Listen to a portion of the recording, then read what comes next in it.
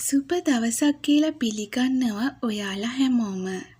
අද මේ වීඩියෝවේදී කතා කරනවා පස්මුකුත් භාවිතා නොකර පහසුවෙන් ඉන්ඩෝර් ප්ලාන්ට් එකක් හදාගන්නේ කොහොමද? නඩත්තු කටයුතු අවම ලස්සන ඉන්ඩෝර් ප්ලාන්ට් එකක් ගෙදරදීම පහසුවෙන් හදාගන්නේ කොහොමද සම්බන්ධව. ඉතින් අපිට මේකට අවශ්‍ය වෙනවා මේ වගේ භාජනයක්. මම මෙතන අරන් තියෙන්නේ වීදුරු භාජනයක්. මේකට ඔයාලට කැමති භාජනයක් භාවිතා කරන්න පුළුවන්. ඒ වගේම සිදුරු නැති භාජනයක් තමයි ගන්න ඕන. ඉතින් ඊට අමතරව අපට ගල් වර්ග අවශ්‍ය වෙනවා.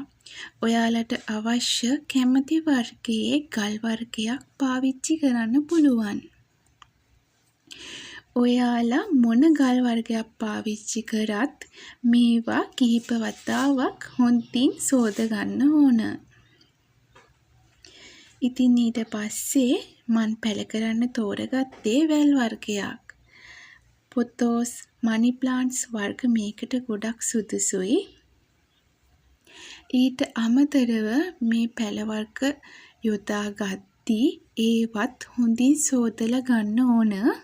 විශේෂයෙන්ම පත්‍ර මතු පිට, පිටුපස වගේම මුල්. මේවා හොඳින් සෝදලා ගන්න ඕන.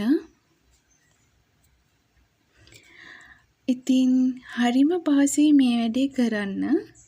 මුලින්ම අපි මේ විදිහට ගල් භාජනයට දාගන්න ඕන. ඊට පස්සේ මේ විදිහට පැලේ රඳවලා නැවත ගල් යොදා ගන්නවා. මම මේකට පාට 2ක ගල් යොදා ගන්නවා. ඉතින් ඊට පස්සේ අපි මේ හදාගත්තු පැලේට වතුර දාගන්න ඕන.